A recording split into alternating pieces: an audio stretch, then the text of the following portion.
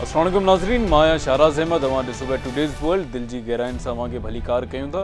नाज़रीन, सभिनी खां पहिरीं अवांखे वठी वेंदासीं जर्मन जे शहर हमबर्ग में, जिथे हिकिड़ो दहशतगर्दी हमलो थियो आहे। ऐं इहो दहशतगर्दी हमलो जेको आहे उहो जेवस मीटिंग हॉल में थियो आहे, जेको हिकिड़ो बेसिकली चर्च आहे।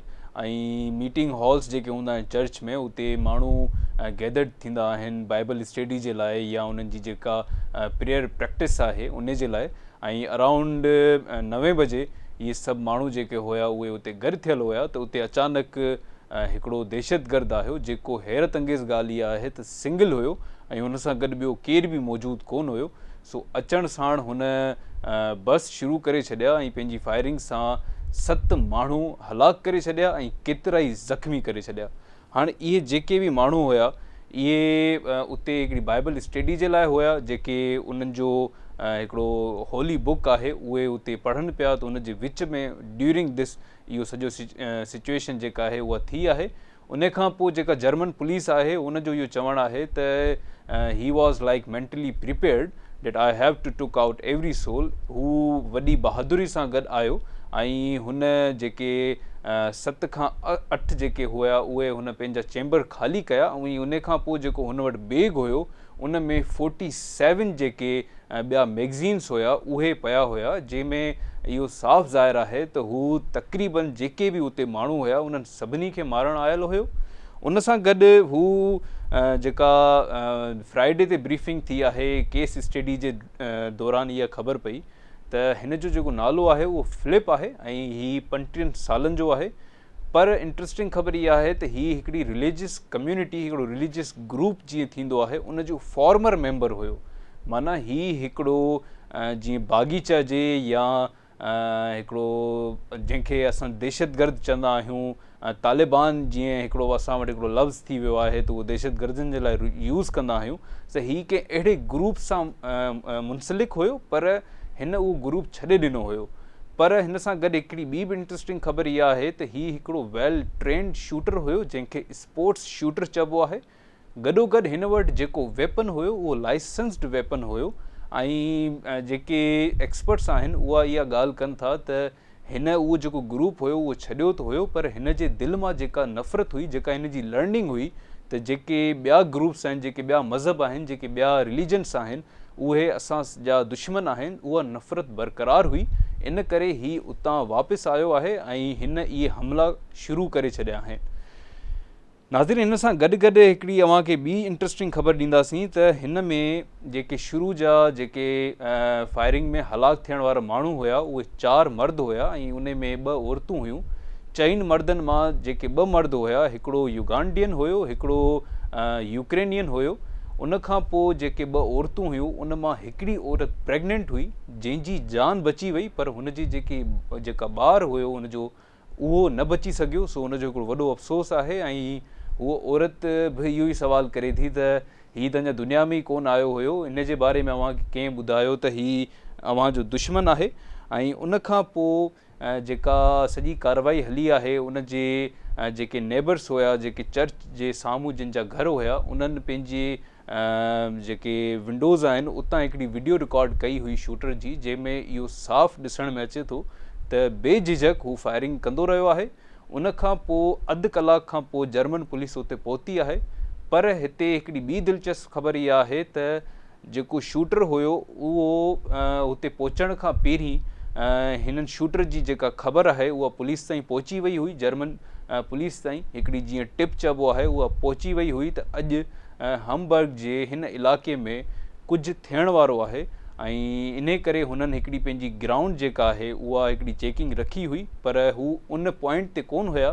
सो इन करे हुननि खे हिकिड़ो अधु कलाक जो हिकिड़ो फ़ासिलो तय करिणो पियो।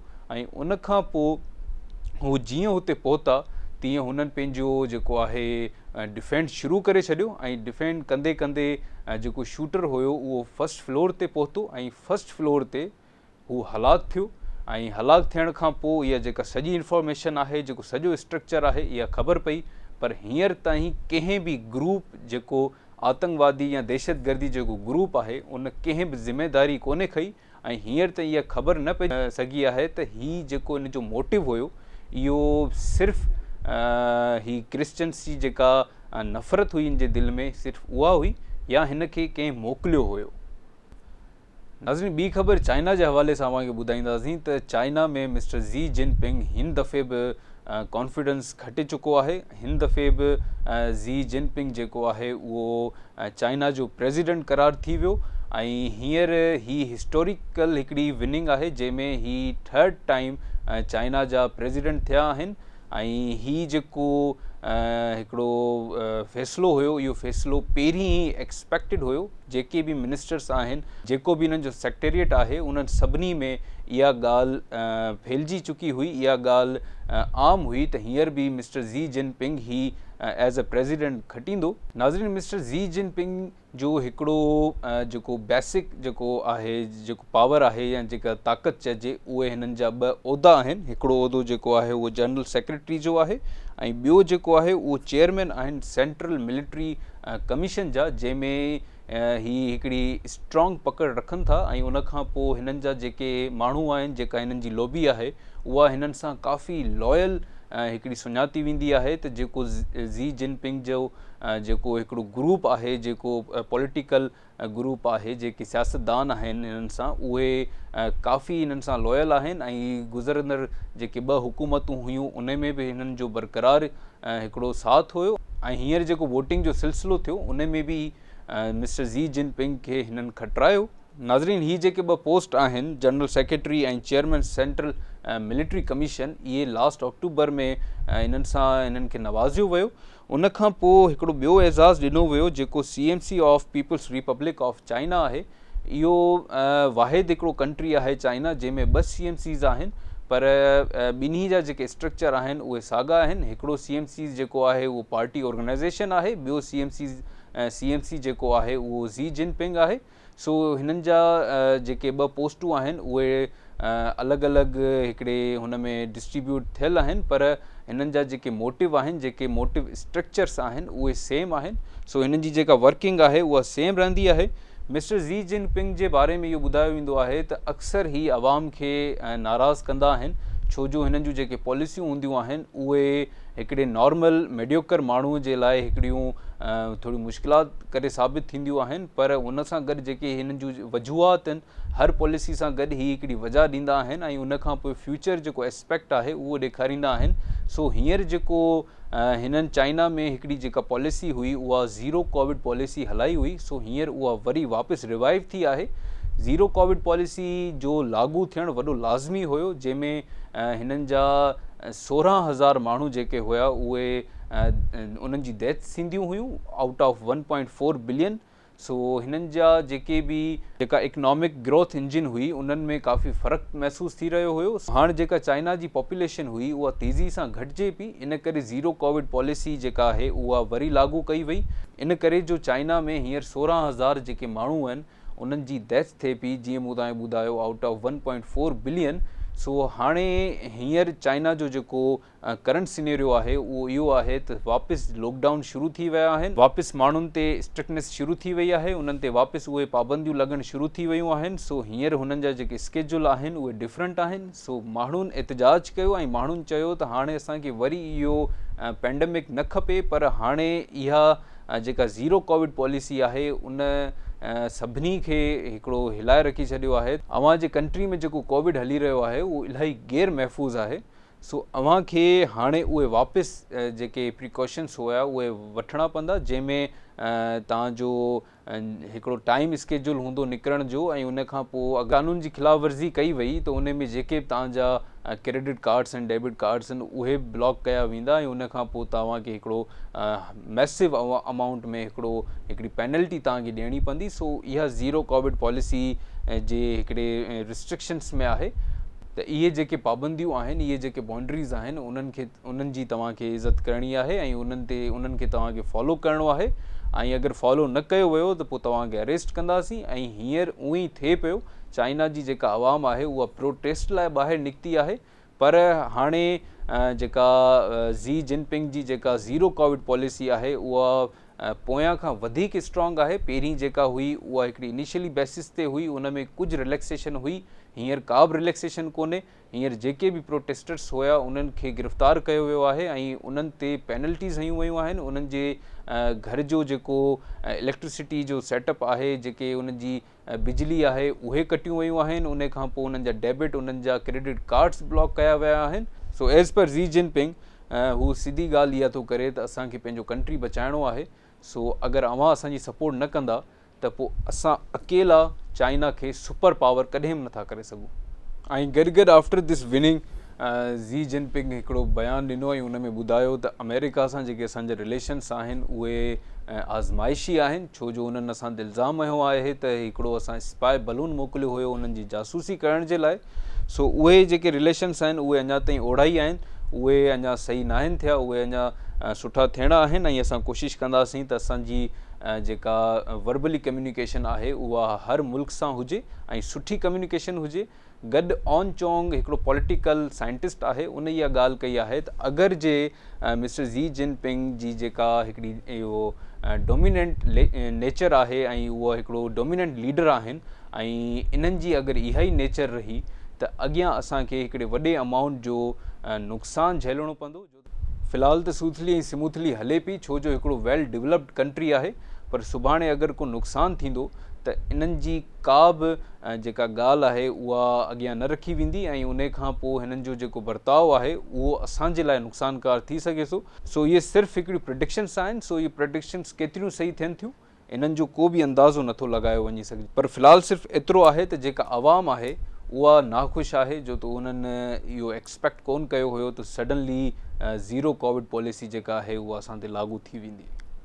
नाज़रीन, हाणे अव्हांखे वठी हलंदासीं अमेरिका जी तरफ़। त अमेरिका में UN नेशन जेका आहे उन डिमांड कई आहे त असांखे PTI वर्कर अली बिलाल जे बारे में तफ़्तीश करे ॾियो त हू छो मरियो, कीअं मरियो।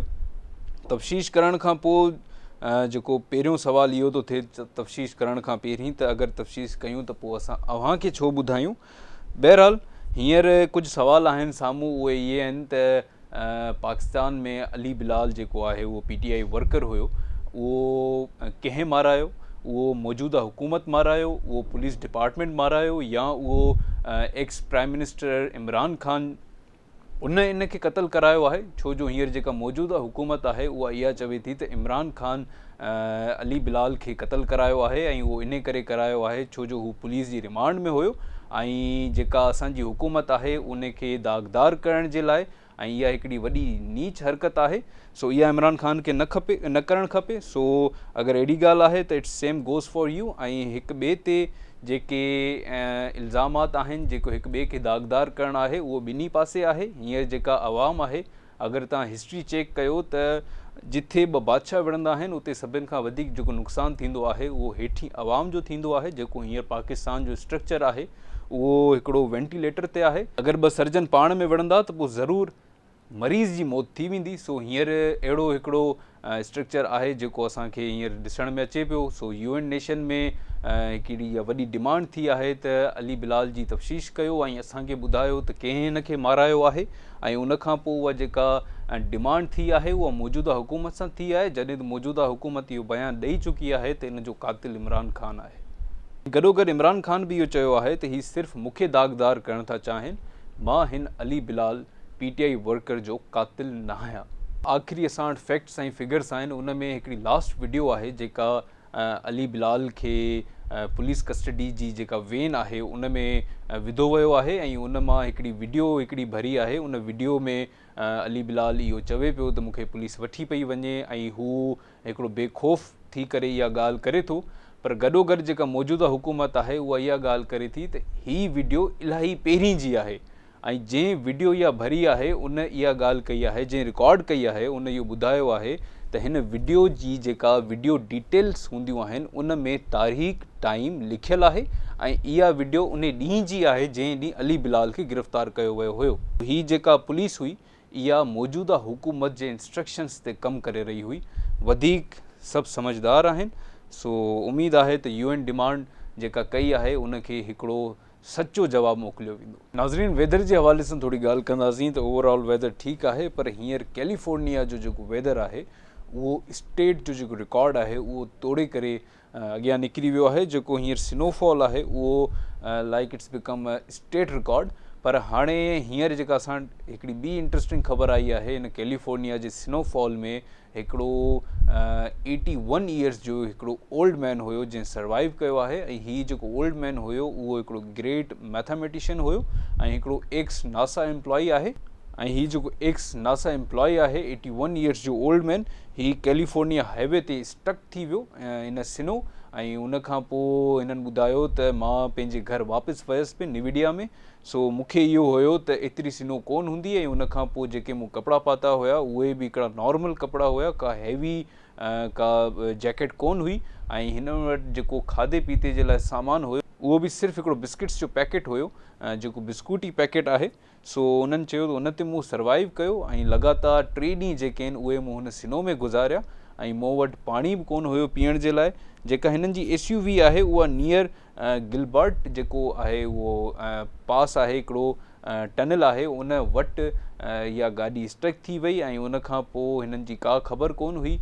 जेका गाॾी आहे उहा बर्फ़ में धसियल मिली ऐं उन खां पोइ जेका एमरजेंसी सर्विस आहे उहा पहुती ऐं उन्हनि हिननि खे कढियो। सो हीअ चवनि था त हिकिड़ो मुंहिंजो हिकिड़ो ज़िंदगी जो हिकिड़ो वॾो एक्सपीरियंस हुयो, हिकिड़ो जीअं चइजे त अनबिलीवेबल एक्सपीरियंस हुयो मुंहिंजो। कॾहिं मूं इहो एक्सपेक्ट कोन कयो हुयो त कॾहिं मूंसां ईअं बि थींदो त मां बर्फ़ जे उन में फासी पवंदसि। ऐं उन खां पोइ चवे थो त ठीकु आहे, इहा हिकिड़ी लाइफ आहे। ऐं नासा जे हिकिड़े वर्किंग स्ट्रक्चर में मूं सिखियो आहे त every problem has a solution. ऐं गॾोगॾु जेका कैलिफोर्निया जी हुकूमत आहे उहा इहा ॻाल्हि करे थी त हींअर जेको स्नोफॉल आयो आहे हिन सभु रिकॉर्ड तोड़े छॾिया आहिनि। पर असां कोशिशि में लॻा पिया आहियूं त एज़ सून एज़ पॉसिबल असां जेके रस्ता आहिनि उहे असां ख़ाली करायूं ऐं जेके असांजूं एमरजेंसी सर्विसिस आहिनि उन्हनि खे मज़ीद एक्टिव कयूं। नाज़रीन, हाणे हलूं था थोरो फॉरेक्स जी तरफ़। त दिरहम जेको आहे उहो 76.05 ते स्टेबल थियो आहे। रियाल जेको आहे उहो 74.38 ते स्टेबल थियो आहे। डॉलर जेको आहे उहो 279.30 ते स्टेबल थियो आहे। ऐं जेको पाउंड आहे उहो 336.11 ते स्टेबल थियो आहे।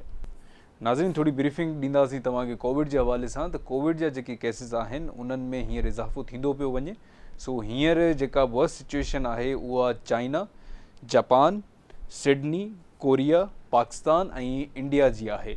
हींअर इन्हनि शहरनि में मुल्कनि में जेके केसिस आहिनि उहे उभरंदे ॾिसण में अचनि था। ऐं उन खां पोइ जेका क्रिटिकल कंडीशन आहे उहा ॾिसण में अचे थी।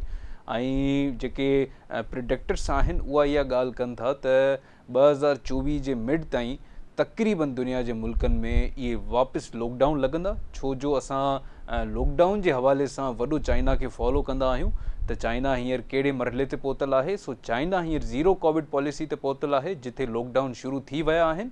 जीअं अव्हांखे असां ॿुधायो हुयो असां पंहिंजे 2nd या 3rd एपिसोड में त विदिन 6 to 7 मंथ्स सॼी दुनिया में लॉकडाउन वापसि शुरू थी वेंदा। सो आई थिंक सो कि मुंहिंजी प्रिडिक्शन उहा ठीकु रही आहे। सो हाणे 7 खां 8 महीननि में पूरी दुनिया में जेके कुझु अहिड़ा मुल्क आहिनि जेके उन्हनि खे छॾे करे बाक़ी सॼी दुनिया में जेके लॉकडाउन्स आहिनि उहे शुरू थी वेंदा। ऐं ही वापसि जेको सॼो सिनेरियो हुयो उहो वापसि थी वेंदो। स्मार्ट लॉकडाउन थिए या हिकिड़ो फुल लॉकडाउन थिए, जेको बि लॉकडाउन थींदो पर उन जो असरु जेको आहे उहो असांजी आवाम ते ज़रूरु ईंदो। छो जो उहे कारोबार जेके आहिनि ऐं उहा जेका रवानगी आहे उहा सॼी डिस्टर्ब थींदी। सो हींअर बि असां वटि वक़्तु आहे, अगरि असां प्रिकॉशन्स वठूं त असांजूं जेके मुश्किलातूं आहिनि उहे थोरियूं घटि थी सघनि थियूं। सो नाज़रीन, हींअर ताईं जेके बि इम्पोर्टेंट ख़बरूं हुयूं उहे अव्हांखे ॿुधायूं वयूं। इंशाअल्लाह ताला वरी मुलाक़ात कंदासीं नेक्स्ट एपिसोड में। तेसीं ताईं पंहिंजो ख़्यालु रखिजो। मां शाहराज़ अहमद, अव्हां ॾिसी रहिया आहियो टुडेज़ वर्ल्ड। अल्लाह हाफ़िज़।